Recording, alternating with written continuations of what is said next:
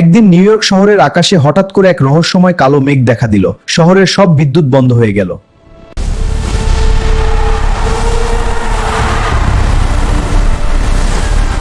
আমি Tony Stark আমার নতুন গ্যালাক্সি আর্মার নিয়ে এসেছি। এটা উঠতে পারে এবং মহাকাশের শক্তি নিয়ন্ত্রণ করতে পারে।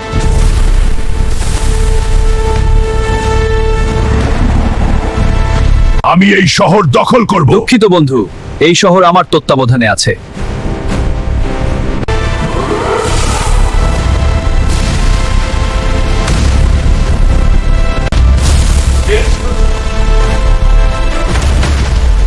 কাজ হয়েছে।